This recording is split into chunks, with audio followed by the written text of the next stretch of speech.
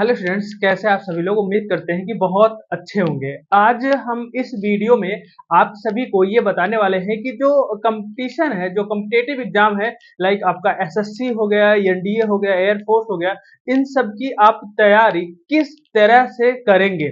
बहुत सारे बच्चे कंफ्यूज होते हैं, उनको पता ही नहीं होता है कि स्टार्ट कैसे करना है, ऑनलाइन कोचिंग करना है या ऑफलाइन कोचिंग करना है, स्टार्टिंग कैसे करें। ये बहुत इंपॉर्टेंट हो जाता है, क्योंकि जब किसी भी चीज के बारे में मुझे पता नहीं होता है ना, तो हम गलत डिसीजन ही लेते हैं। तो ध्यान से सुनना, एक एक चीज मैं इसमें आपको बताने वाला हूँ। सबसे बड़ी बात जो यहाँ पर लिखा गया है, बंद करो परसेंटेज का रोना। आपका इंटरमीडिएट में कितना भी परसेंट आ गया है ना, 85 आया है, 75 आया है, 65 आया है, 95 आया है, अब बंद करो रोना, कोई मतलब नहीं है ना। परसेंटेज का रोना बस एक हफ्ते तक रहता है। किसी के 95 आए होंगे वो खुश होगा, किसी का 85 आया होगा, किसी का 75 आया होगा। एक हफ्ते तक इसका चलता है, जो भी है परसेंटेज का रोना धोना या खुशी। एक हफ्ते बाद सारी चीजें समाप्त हो जाती है। अब हम बात करते हैं कि परसेंटेज का रोना धोना खत्म करते हैं, क्योंकि इसका कोई मतलब नहीं। अब सभी एक साथ जो है तैयारी करेंगे, चाहे जो एसएससी का करेगा, जो एनडीए करेगा, एयरफोर्स की करेगा, लाइक किसी भी एग्जाम की करेगा, आर्मी के करेगा, किसी भी एग्जाम की अगर आप तैयारी कर रहे हो तो सब एक ही साथ बैठे हो, चाहे वो 95% वाला हो, 85% वाला हो, 75, 65, 55, किसी भी परसेंट का बच्चा हो, कोई मैटर नहीं करता। मैटर ये करता है कि अब कौन मेहनत कर रहा है, क्योंकि अभी तक जो आप पढ़ के आए हैं उससे कोई लेना देना ही नहीं है।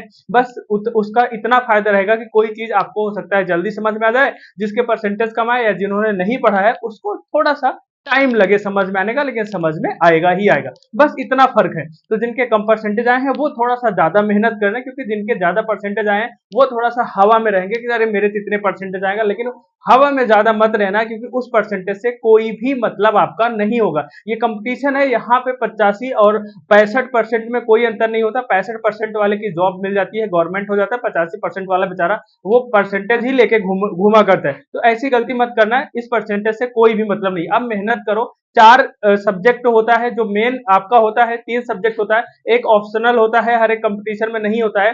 जो आपका 3 सब्जेक्ट है ना, वो कोई भी कम्पिटेटिव एग्जाम की तैयारी करोगे वो आपको मिलेगा ही मिलेगा।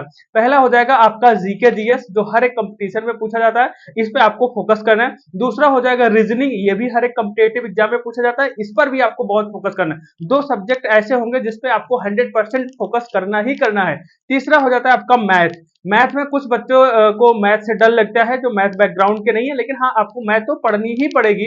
तो मैथ जरूर पढ़ना, क्योंकि मैथ में आप अगर उतना अच्छा नहीं कर पा रहे हो तो जीके जीएस में, जीके जीएस और रीजनिंग में आपका फोकस ज्यादा होना चाहिए। एक सब्जेक्ट और होता है, जो होता है आपका इंग्लिश का सब्जेक्ट। जैसे एसएससी में इंग्लिश पूछा जाता है, एनडीए में इंग्लिश पूछा जाता है, एयरफोर्स में इंग्लिश पूछा जाता है। इसीलिए मैं कहता हूँ इंग्लिश मस्ट होती है। अगर आप 11 12 में इंग्लिश अच्छे से पढ़े होंगे ना, तो यहाँ पर दिक्कत नहीं होगी। अगर आपने नहीं पढ़ा होगा तो फिर यहाँ पे भी दिक्कत हो सकती है। तो ये आपके रहे सब्जेक्ट, केवल 4 सब्जेक्ट हैं। फिर से मैं बता देता हूँ, जीके जीएस है ना, रीजनिंग, मैथ और इंग्लिश, ये 4 सब्जेक्ट में से अगर 2 से 3 सब्जेक्ट में भी आपका कमांड हो गया, यानी कि आपने इतना मेहनत किया कि आपको लगता है कि एक भी क्वेश्चन गलत नहीं होगा, तो बिल्कुल आपका सिलेक्शन पक्का है। किसी भी फील्ड में जाओगे आप बिल्कुल सक्सेस हो जाओगे। तो वीडियो कैसा लगा जरूर बताना, शेयर करो सभी उन बच्चों के साथ जो परसेंटेज को लेके बहुत खुशी मना रहे हैं, बहुत जो रो रहे हैं। कोई दिक्कत नहीं, अब आप मेहनत करो। अभी जो मेहनत करेगा वही आगे जाके सक्सेस होगा। तो ध्यान देना, अभी तक जो हुआ भूल जाओ, आगे से मेहनत करना शुरू कर दो। Thank you.